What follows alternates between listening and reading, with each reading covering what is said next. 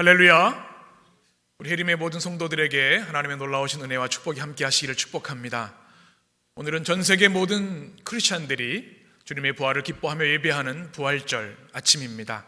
우리 부활의 승리와 기쁨이 우리 모든 성도들에게 함께 하시기를 축복합니다. 우리 부활의 인사를 서로 좀 나누었으면 좋겠습니다. 우리 같이 가족들이 계시면 서로 마주보며 인사하시고요, 또 혼자 예배 드리시는 분들은 화면을 향해서 저를 향해 축복하시면 되겠습니다. 우리 한번 따라서 축복하며 인사합니다. 주님이 부활하셨습니다. 우리 국제화 시대 영어로 한 번 더 해보겠습니다. 해피 부활절 하면 되겠죠? 우리 서로 축복하겠습니다. 해피 부활절. 우리 행복과 기쁨이 가득한 부활절 되시기를 주님의 이름으로 축복합니다. 온 세계 크리스천들이 기뻐하는 부활절, 우리 크리스천들에게 가장 중요한 날, 바로 부활절입니다. 그런데 전 세계가 코로나19 바이러스로 인해서 부활절 예배를 잘 드리지 못하고 또 그런 상황이 안 되는 일들이 있어서 얼마나 가슴 아픈지 모르겠습니다. 우리 주님께서 코로나19로 고통하는 이 인류와 우리 인류의 공동체에 부활의 소망과 또 회복의 은혜를 부어주시기를 축원합니다. 부활절을 준비하면서 지난해 있었던 부활절 사진들을 조금 찾아보았습니다. 지난해 부활절은 어떻게 드렸는가 사진을 보니 우리 유치부 아이들이 특별 찬양을 했습니다. 너무 귀엽죠? 그 다음 사진을 보시면 예배 후에 우리 커피 선교회에서 핸드드립 커피를 나눠드렸던 그런 기억이 있습니다. 부활절 만찬도 하고 우리 떡도 했었고요, 또 우리 청소년들도 청년들도 또 맛있는 후식을 제공해서 행복한 부활절 예배를 드렸습니다. 또 세례식을 했었죠. 부활절에 우리가 중요한 예식 중에 하나가 부활절 세례식인데, 세례를 통해 또 한 사람의 그리스도인이 태어나는 순간을 함께 축하했었습니다. 여러분, 그때가 그리우시죠? 참 주일의 일상이 얼마나 기적적인 것이고 감사한 것인가 다시 한번 생각하게 됩니다. 이제 곧 이 모든 질병이 종식되어서 성전에 모여 예배드릴 날이 곧 오리라고 믿습니다. 우리가 지금 각 가정에서 영상으로 부활절 예배를 드리고 있습니다. 함께 모여서 예배드리지 못하지만 우리 주님께서 변함없는 은혜와 축복으로 여러분과 함께 하시고 가정을 축복하실 줄 믿습니다. 또 코로나19 확산을 방지하기 위해서, 또 서로를 보호하고 교회를 지키기 위해서 여러분이 이 부활 예배의 방침을 잘 따라주셔서 얼마나 감사한지 모릅니다. 주님께서 우리의 결정을 기뻐하시고 큰 영광 받으실 줄 믿습니다. 여러분, 부활절 계란 만드셨습니까? 교회에서 우편으로 부활절 꾸미기 키트를 보내드렸습니다. 그래서 어제 우리 셀 리더들께서 미리 만드셔서 사진을 올려주셨는데요, 여기 나온 사진뿐만 아니라 많은 리더들께서 또 올려주셨습니다. 교회에서 만드신 것보다 더 잘 만드신 것 같아요. 가정에서 직접 계란을 삶으시고 또 꾸미고, 지금 아마 예배 드릴 때 예배상 옆에 놓고 예배 드리리라 생각이 됩니다. 너무너무 감사하고, 여러분 예배 끝나고 나서 꼭 사진을 찍으셔서 우리 셀리더들에게 또 조용호 전사님께 보내주셔서 우리가 2020년 부활절 예배는 가정에서 이렇게 부활 계란을 만들어서 예배 드렸다, 역사의 기록으로 남겼으면 좋겠습니다. 예배 끝나고 나서 우리 이웃들에게 좀 한 집이나 두 집 이렇게 막 걸어놓으면 다 아시겠죠? 우리 교회 이름도 있으니까 서로 기쁨을 나누시면 좋겠고요.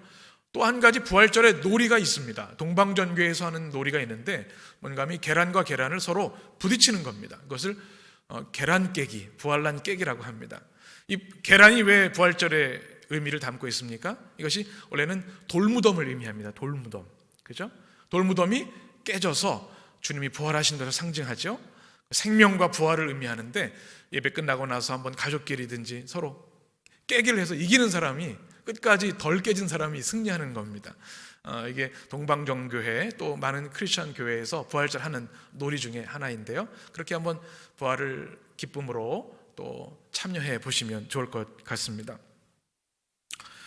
우린 지금 떨어져 있지만 성령 안에서 하나이 된 줄 믿습니다. 주님께서 우리의 모든 성도들을 성령으로 연결시켜 주셔서 이 부활의 예배를 인하여 큰 영광 받으시는 줄 믿습니다. 우리 인생에는 중요한 날들이 있습니다. 여러분에게는 어떤 날들이 중요하신지 모르겠습니다. 생일을 중요하게 여기는 분들이 계세요. 어떤 분들은 뭐 생일 별로 이렇게 신경 안 쓰는 분이 있는데 생일을 굉장히 중요하게 여겨서 한 달 전부터 준비하는 분들도 있었습니다. 그리고 어떻게 하죠? 주변 사람들에게 알립니다. 내 생일 얼마 남았어? 생일을 안 챙겨주면 굉장히 서운해하고 삐지기도 하지요. 생일을 중요하게 여기는다고 하는 뜻이겠죠. 기념일을 중요히 여기는 사람들도 있습니다. 또 사랑하는 사람들 보면 만난 지 일주일, 또 한 달, 두 달, 30일, 60일 얼마나 많은 기념일들을 지키는지, 또 결혼 기념일을 기념하는 분들도 있지요. 그런데 우리 그리스도인들에게도 중요한 날이 있습니다. 어떤 날이 중요할까요? 여러분 처음 교회 나갔던 날을 기억하십니까? 여러분이 예수님을 나의 주님으로 영접했던 날을 기억하십니까? 기억이 가물가물하신가 보네요. 세례받은 날, 또 여러분이 직분받은 날, 뭐 그런 날들을 우리는 중요하게 여기는데요. 우리 크리스찬의 삶에 중요한 날이 또 있는데 그것은 뭐냐면 교회력, 절기입니다. 그것을 크리스찬 칼렌더라고 얘기를 합니다. 우리가 지난주 무슨 주간을 보냈습니까? 고난주간을 보냈죠. 그래서 우리는 매일 말씀을 묵상하고 제가 세상을 바꾼 24시간이라고 하는 아담 해밀턴 목사님의 책을 여러분에게 낭독해서 전해드렸습니다. 주님의 고난에 깊이 동참하는 주간이죠. 그리고 오늘이 부활절입니다. 기독교 역사에서 가장 중요한 절기가 두 가지 있는데 하나는 성탄절이고요, 부활절입니다. 어느 날이 더 중요할까요? 제가 질문하는 이유가 있겠죠. 부활절이 더 중요합니다. 물론 다 중요한데요, 교회 역사를 보게 되면 부활절이 먼저 생기고 후대에 성탄절이 생겼습니다. 초대교회 탄생 자체가 부활의 주님을 만난 기쁨으로 시작되었고, 우리가 안식일을 지키지 않고 주일을 지키는 이유도 바로 이 주님의 부활을 기념하고 축하하고 감사하기 위함입니다. 그래서 매 주일을 뭐라고 합니까? 작은 부활절, 리틀 이스터라고 얘기를 합니다. 그만큼 부활절은 우리 크리스천들에게 너무나도 중요한 날입니다. 이것은 우리들 뿐만 아니라 온 인류의 가장 중요한 날이고 역사적인 날이죠. 왜냐하면 인류에게 영원한 생명과 승리의 길을 열어주신 날이기 때문에 그렇습니다. 그 무엇도 죄의 문제를 해결해 줄 수 없습니다. 우리 죽음의 문제를 해결할 수 없습니다. 우리 주님께서 십자가에서 단 한 번의 완전한 희생제물이 되어 죽으시고 우리 모든 죄를 사해 주시고 부활하셔서 우리에게 영원한 생명을 주신 날이기 때문에 우리는 이 부활절을 기뻐하고 중요하게 여기는 거죠. 여러분의 인생에도 이 부활의 순간, 부활절의 기쁨을 늘 마음속에 품고 여러분의 믿음의 여정을 걸어가게 되시길 축복합니다. 그러면 이 영광스러운 부활의 날 우리가 무엇을 기억해야 할까요? 여러분, 부활절이 어떤 날입니까? 주님이 부활하신 날이죠. 그럼 우리에게 어떤 의미가 있습니까? 삶은 계란 먹는 것으로 끝나는 그런 날이 아니죠. 그 부활의 의미가 있지만 부활의 본래 의미를 우리가 이 부활의 아침 마음에 새겨야겠습니다. 먼저 부활의 아침 우리가 기억해야 할 것은 이 주님의 부활은 모든 절망과 실패를 이기고 결국 승리한 주님의 승리라는 사실입니다. 이것을 기억해야 합니다. 부활은 승리의 날이다. 여러분의 인생에 짜릿한 승리를 경험해 보신 적이 있으실지 모르겠습니다. 스포츠를 좋아하는 분들은 그걸 통해 경험하기도 하시는데요.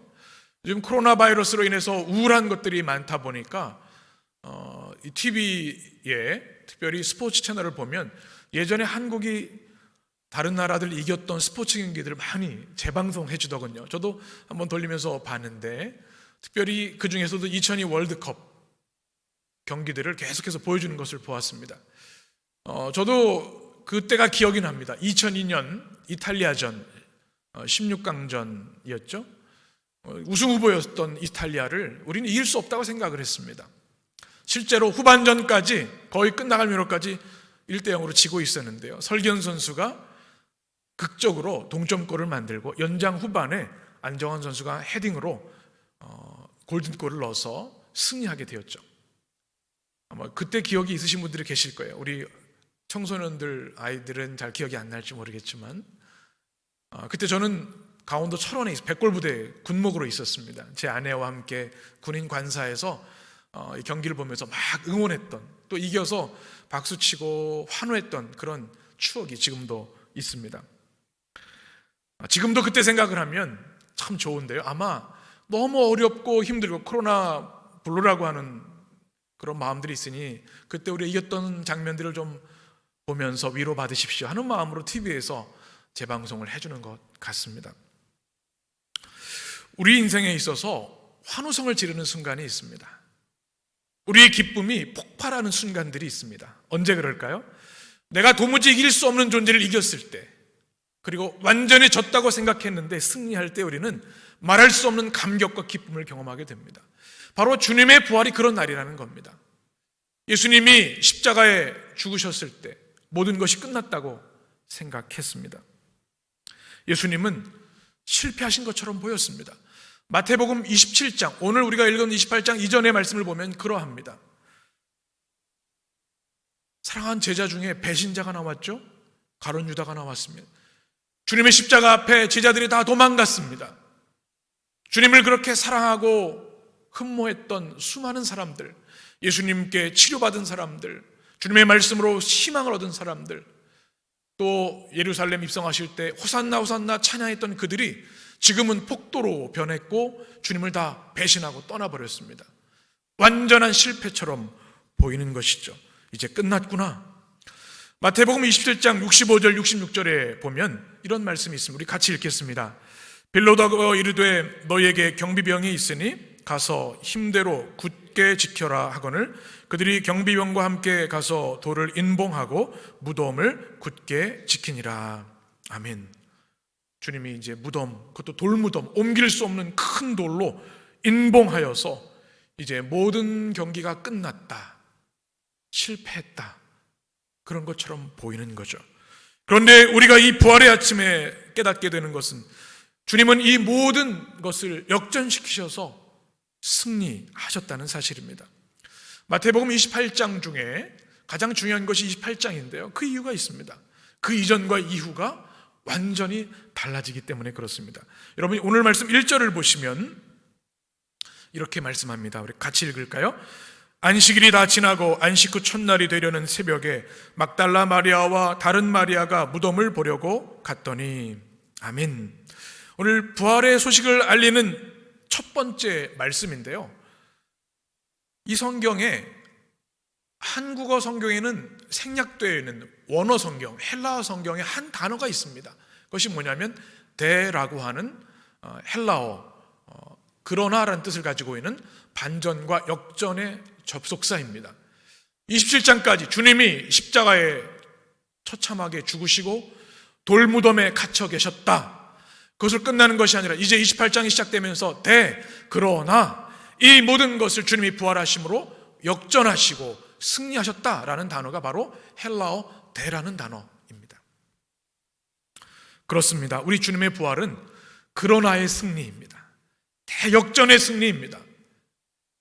죄와 폭력이 이기는 것 같았지만 결국 주님의 의와 사랑이 승리하셨습니다. 사단과 죽음의 권세가 이긴 것 같았지만 생명의 주님이 이기셨습니다. 세상의 권력과 타락한 종교 지도자들이 이긴 것 같았지만 부활하신 주님이 이기셨습니다. 마태복음 28장 5절과 6절의 말씀을 보게 되면 주님의 부활을 주의 천사들이 이렇게 선포합니다. 같이 읽겠습니다. 천사가 여자들에게 말하여 이르되 너희는 무서워하지 말라. 십자가에 못 박히신 예수를 너희가 찾는 줄을 내가 아노라. 그가 여기 계시지 않고 그가 말씀하시던 대로 살아나셨느니라. 와서 그가 누우셨던 곳을 보라. 아멘. 주님이 무덤에 계시지 않고 말씀하신 대로 어떻게 해요? 살아나셨느니라. 주님은 모든 죽음, 절망을 대역전시키시고 부활하셔서 승리하신 것이죠. 바로 우리 주님이 부활하신 이 사건은 축구 경기가 극적으로 역전승을 거둔 그것과 비교할 수 없는 놀라운 승리입니다. 우리 인간의 저주와 죽음의 운명을 바꾼 놀라운 승리의 사건이기 때문에 그렇습니다. 또 중요한 것은 우리 주님의 부활이 승리 사건일 뿐만 아니라 이 주님의 승리가, 주님의 부활이 우리에게도 승리가 된다는 사실을 우리는 부활의 아침 기억해야 합니다. 고린도전서 15장 55절에서 58절의 말씀 우리 같이 제가 한 절 여러분이 한 절 교독하겠습니다. 사망아 너의 승리가 어디 있느냐? 사망아 내가 쏘는 것이 어디 있느냐? 우리 주 예수 그리스도로 말미암아 우리에게 승리를 주시는 하나님께 감사하노니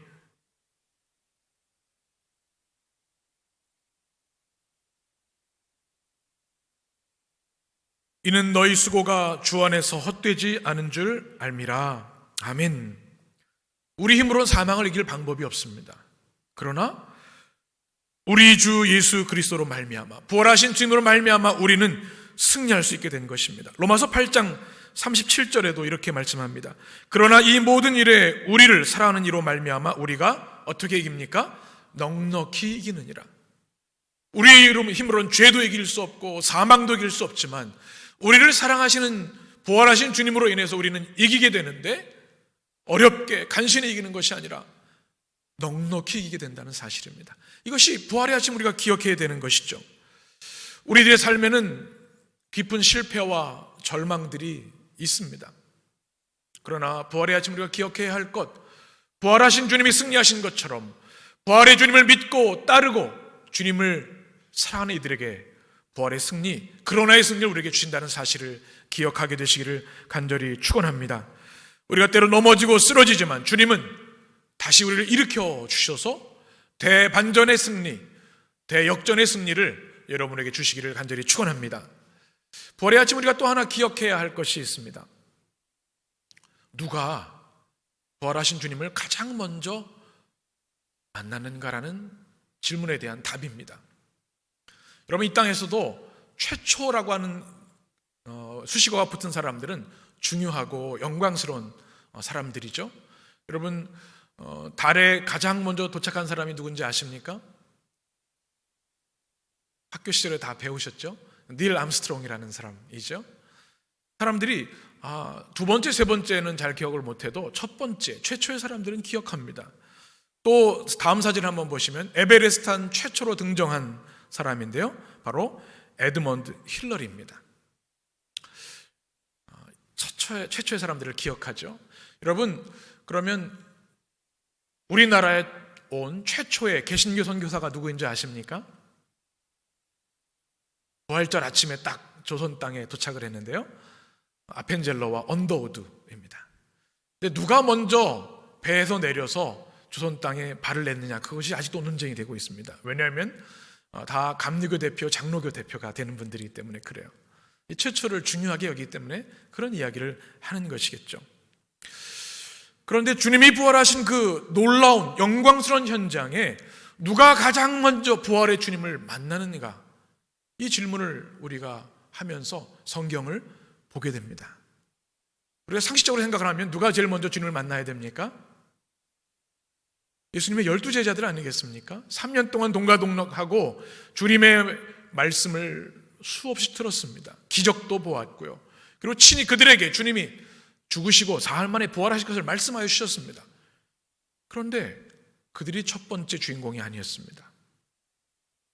또 논리적으로 생각을 해보면 주님의 부활 사건이 기록되어 있는 구약 성경을 연구한 사람들이 가장 먼저 주님을 만나야 합니다. 대제사장들, 제사장들, 서기관들 평생 말씀을 연구해서 그리스도의 오심을 알고 있었던 그들이 주님을 만났어야 될 텐데 그러지 않았습니다. 오히려 그들은 주님의 부활을 은폐하고 왜곡하려고 했습니다. 마태복음 28장 11절에서 13절의 말씀을 보면 그 내용이 기록되어 있습니다. 같이 읽겠습니다.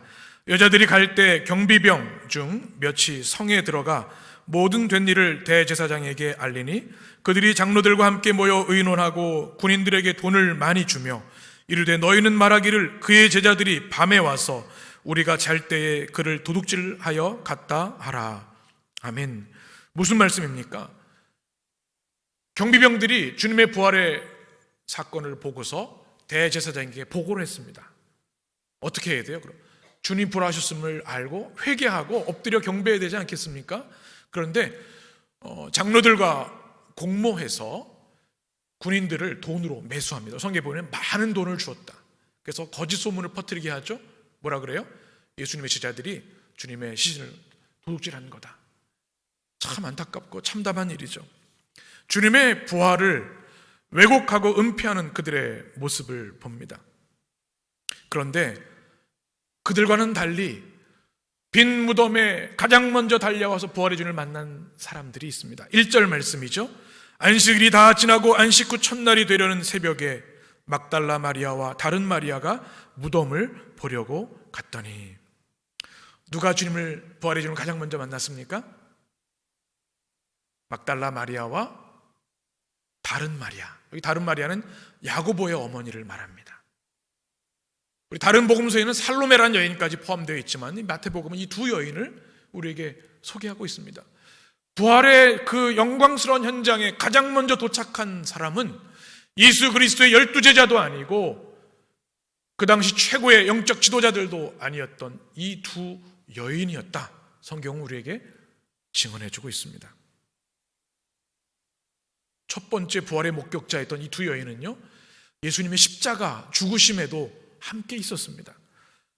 마태복음 27장 57절에서 61절 말씀인데요, 우리 중요한 말씀인데 우리 같이, 제가 한 절 여러분이 한 절 같이 읽겠습니다. 저물었을 때에 아리마대의 부자 요셉이라 하는 사람이 왔으니 그도 예수의 제자라.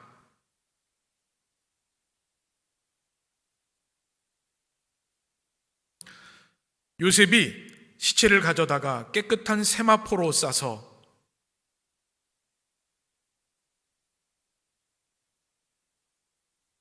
함께 거기 막달라 마리아와 다른 마리아가 무덤을 향하여 앉았더라. 아멘. 예수님께서 못 박히셔서 처참하게 십자가에 죽으셨지 않습니까? 그런데 제자를 비롯해 모든 사람들이 더 도망간 겁니다. 끝까지 주님의 죽음의 곁을 지킨 사람들이 아무도 없었습니다. 예수님이 돌아가셨으니 장례를 치러야 되는데 치를 사람이 없어요. 누가 등장하죠?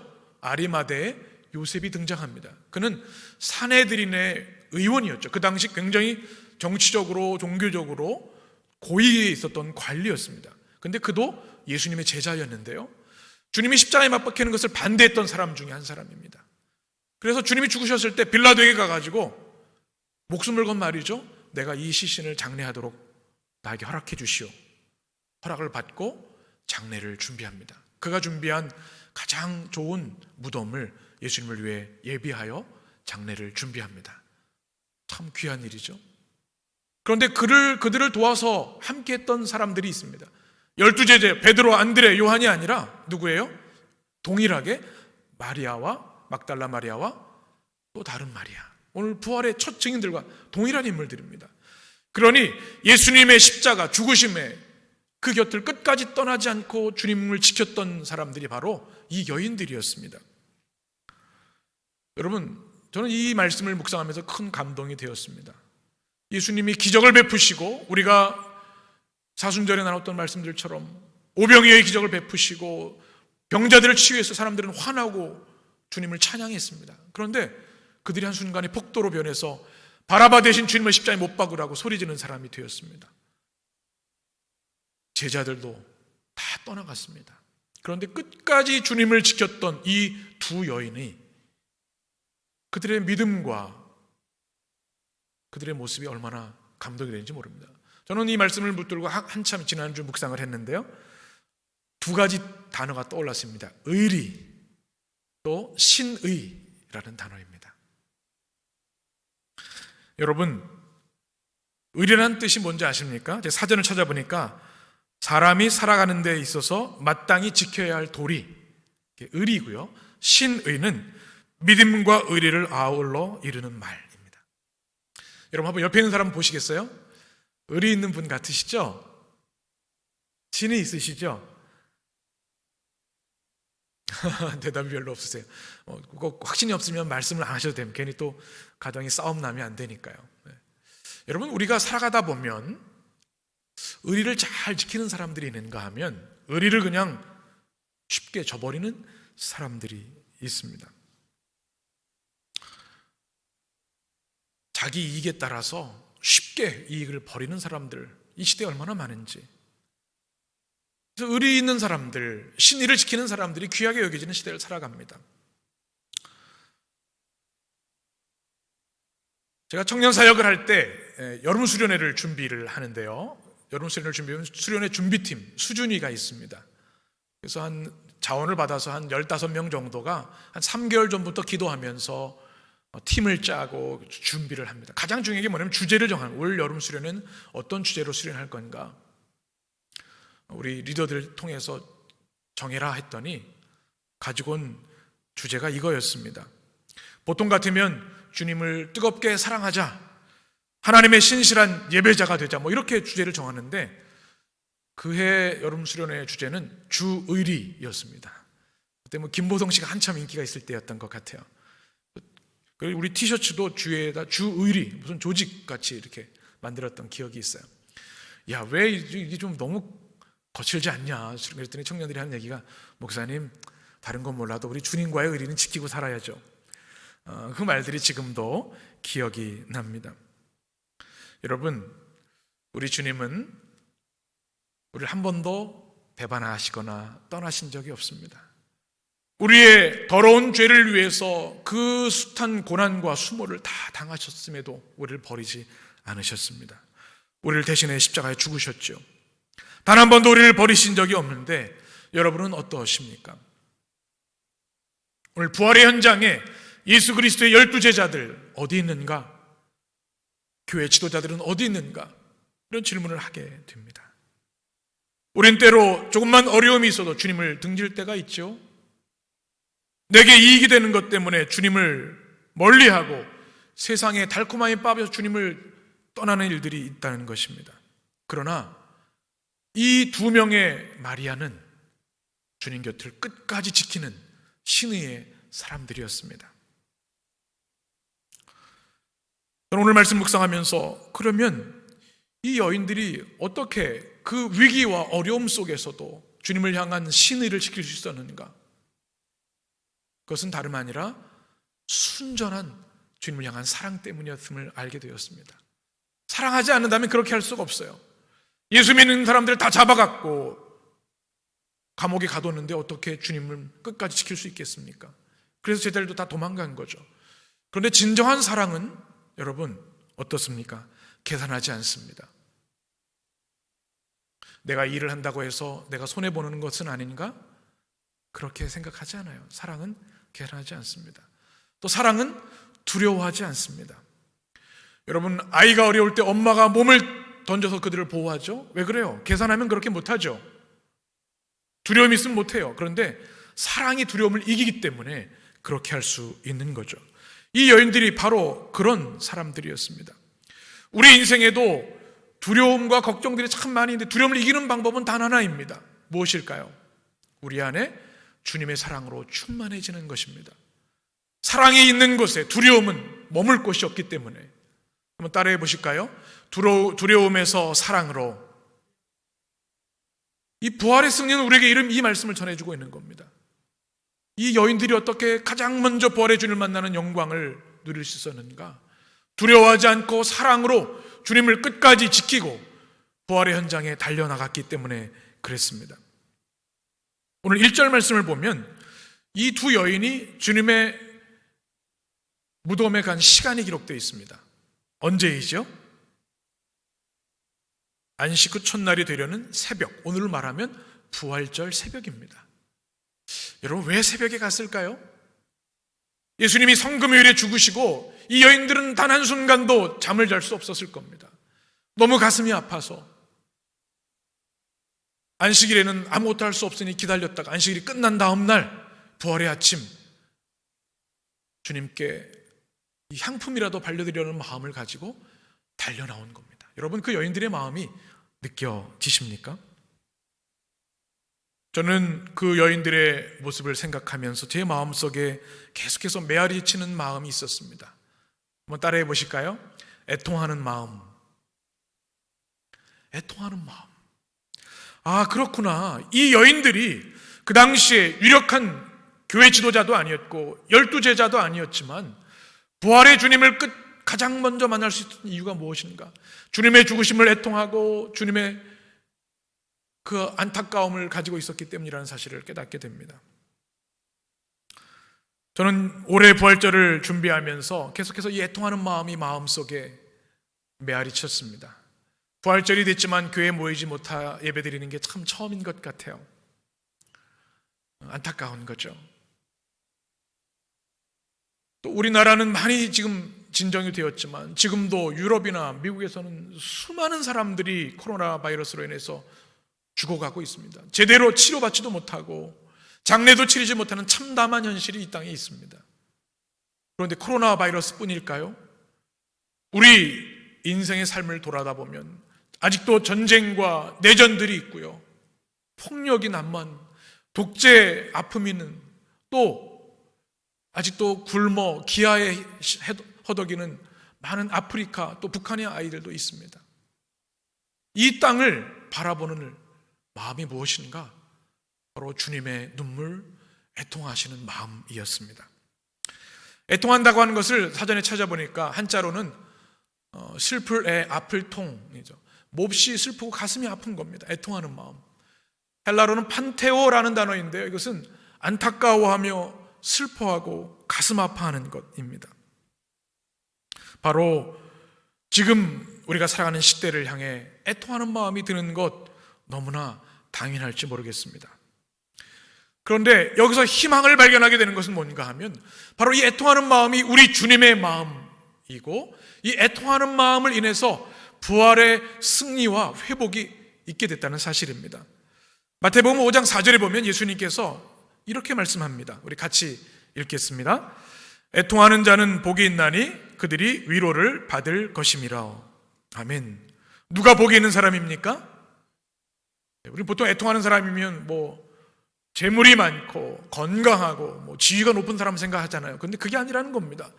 진정한 주님 나라에 복 있는 사람은 누구냐? 마음에 애통함이 있는 사람이다. 그뿐만 아니라 주님이 어떻게 하신다고요? 그들에게 위로의 선물을 주신다.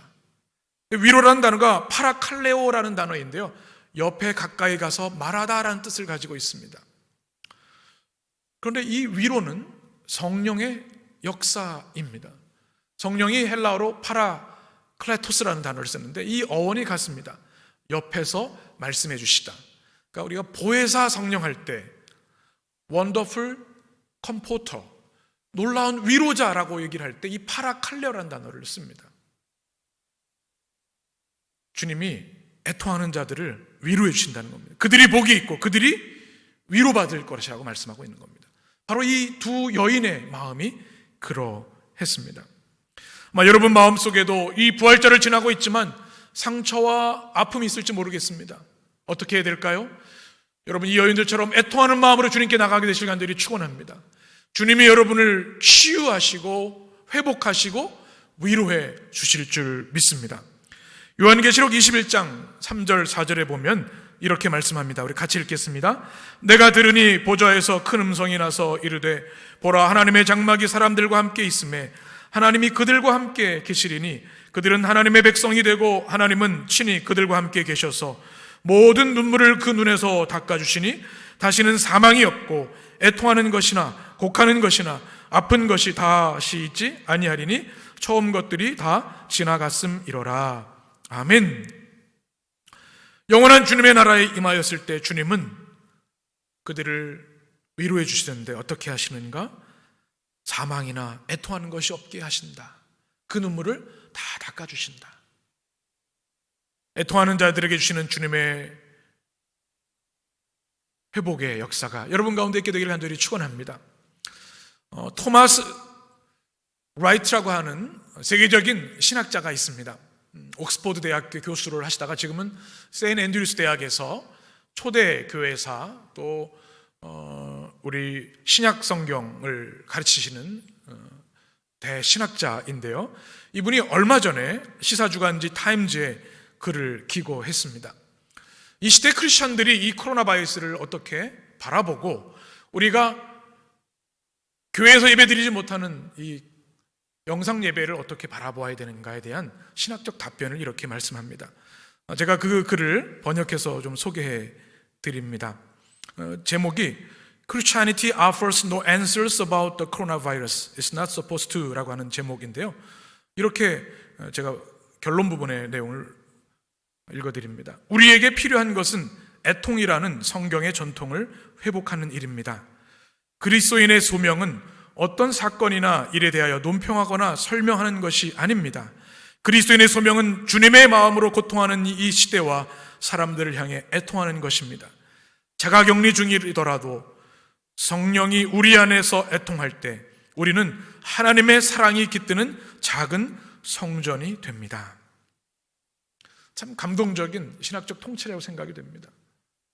우리는 섣불리 답을 주려고 합니다. 그것이 아니라 그리스도인들의 소명이 뭐냐? 애통하는 거라는 겁니다. 왜냐하면 성령은 지금도 말할 수 없는 탄식을 올려 기도하시는 영이시기 때문에, 비록 우리가 지금 교회가 아니라 가정에서 영상으로 예배드리고 있지만 우리 마음에 애통하는 마음으로 주님을 사랑하고 예배하고 이 땅을 바라본다면 바로 우리가 하나님의 사랑과 치유가 임하는 살아있는 작은 성전이 된다는 겁니다. 참 귀한 메시지죠. 우리 옆에 있는 분에게 한번 성포로 축복하면 좋겠습니다. 당신이 주님의 성전입니다. 당신이 교회입니다. 아멘이시죠? 참 귀한 거죠. 애통하는 마음이 중요하다는 겁니다. 여러분, 그 애통하는 마음으로 이 땅으로 기도해 주시기 바랍니다. 여러분, 이 부활의 승리가 어떻게 시작됐습니까? 예수님이 이 땅에 인간의 몸을 입고 오셨는데 왜 인간의 몸을 입고 오셨습니까? 창조주 하나님이 왜 피조물이 되셔야 됐습니까? 애통하는 마음 때문입니다. 온 인류가 절망과 죄로 저주의 고통 가운데 있는 것을 견디실 수 없어서 아파하심으로 인간의 몸을 입고 오셨습니다. 예수님이 왜 고난당하시고 십자가에 죽으셨습니까? 애통하는 마음 때문입니다. 끊임없이 죄와 사단의 노예로 끌려다니는 인류를 안타까워하시고 그 모든 죄와 절망을 끊어주시기 위해, 죽음을 정복하시고 부활의 승리를 주시기 위해 애통하는 마음으로 십자가를 치신 것이죠. 주님이 왜 부활의 아침 부활하셨습니까? 이제 그리스도가 승리하셨음을 우리에게 알려주셔서 더 이상 사단의 노예로 살지 않고 하나님의 아들, 딸들로 승리하게 하시기 위해서 애통하는 마음으로 우리에게 그 은혜와 축복을 주신 줄 믿습니다. 사랑하는 성도 여러분, 누가 부활의 주님을 만날 수 있습니까? 이 여인들처럼 애통하는 마음을 가진 자들입니다. 누가 주님의 제자입니까? 12제자 안에 서열이 있는 사람들입니까? 교회의 높은 지도자들입니까? 아닙니다. 주님의 마음으로 함께 애통하며 주의 복음을 증거하는 사람들입니다.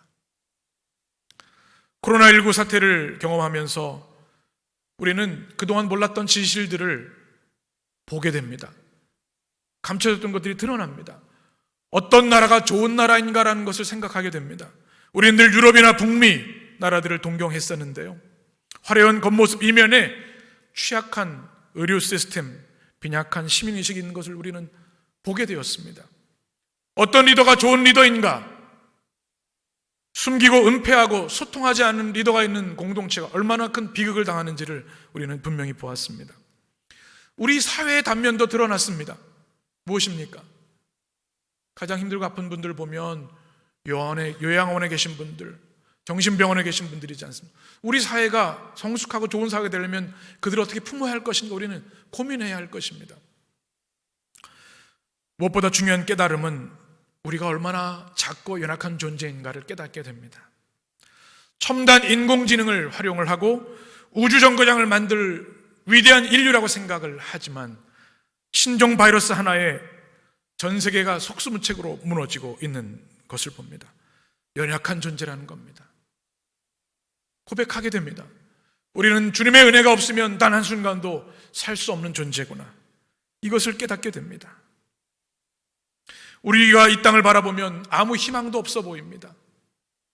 불의가 이기는 것 같고 폭력이 이기는 것 같고 희망이 보이지 않는 시대를 봅니다. 그러나 이 부활의 아침, 우리 주님의 부활을 통해 우리는 다시 한번 희망을 꿈꾸고 희망을 붙잡게 됩니다.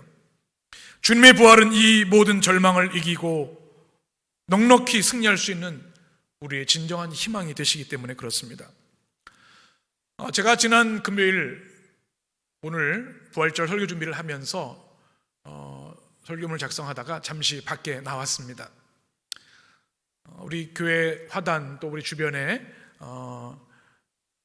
잠깐 산책하면서 성금요일 묵상을 했는데요, 꽃들이 있어서 사진을 좀 찍어봤습니다. 우리 사진을 한번 좀 보여주시면요, 튤립이 쫙 펴있죠.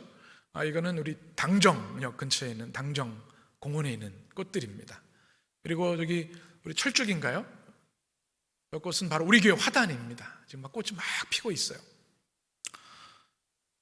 너무 아름다운데요, 그 시간이 바로 성금요일이었고 우리 주님이 십자가에 죽으시는 그런 즈음이었습니다. 이 꽃들을 보는데 주님이 저에게 이런 말씀을 하시는 것 같았습니다. 겨울이 봄을 막을 수 없듯이, 얼어붙은 땅이 꽃 피는 것을 막을 수 없듯이, 죽음이 주님의 부활을 막을 수 없듯이 절망이 희망을 막을 수 없단다. 이것을 기억하라. 부활절에 주시는 메시지로 저는 제 마음에 주님의 음성을 받았습니다. 부활의 아침 우리가 무엇을 기억해야 하겠습니까? 누가 승리자이십니까? 죽음, 사단이 아니라 우리 주님이 승리자이심을 믿으시기를 축원합니다. 우리 주님은 그러나의 역전의 승리자셔서 사망 권세를 이기시고 승리하셔서 우리에게도 부활의 승리, 역전의 승리를 주셨습니다. 또 부활의 아침 우리 무엇을 기억해야 합니까? 이 두 여인들처럼 주님의 부활을 목격했던, 영광을 누렸던 이 마리아와 막달라 마리아와 야고보의 어머니 마리아처럼 그저 애통하는 마음으로 주님을 떠나지 않고 주님을 바라보는 자들에게 주님이 위로하시고 복 주신다는 사실을 기억해야 될 줄 믿습니다. 어려운 때를 지나고 있지만 우리 주님께서 이 부활의 승리를 통하여 우리의 삶에 부활의 꽃을 피게 하시고 부활의 승리와 영광을 부어주실 줄 믿습니다. 기도하겠습니다. 생명의 주님, 사망 권세 이기시고 부활하셔서 우리의 주님이 되어주시니 감사와 찬양을 올려드립니다. 주님이 십자가에 죽으시고 무덤에 계실 때 모든 것이 끝난 것 같았지만 주님은 무덤을 깨뜨리시고 부활하셔서 우리의 주님이 되어주셨고 부활의 첫 열매가 되셔서 우리 또한 부활의 승리를 누리게 하심을 감사합니다. 패배한 것 같고 희망이 없는 것 같은 이 땅에 부활의 빛을 비춰주셔서 다시 일어나게 하시고 주님 역전하게 하여 주시옵소서. 또한 우리에게 하나님의 애통하는 마음을 주시길 원합니다. 두 여인의 마음이 우리의 마음, 성령의 마음, 주님의 마음이 되어주셔서 누군가를 정죄하고 판단하는 것이 아니라 가슴 아파하고 애통하는 마음으로 주님을 찬양하고 예배하며 이 땅에 깨어진 영혼들을 품어 안을 수 있는 주님의 제자들 되게 하여 주시옵소서. 그리하여 우리 해림의 모든 성도들은 그러나의 승리, 또 부활의 감격과 찬양이 충만한 주의 백성들 되게 하여 주옵소서. 예수님의 이름으로 감사하며 기도합니다. 아멘. 이제 다 일어나셔서 165장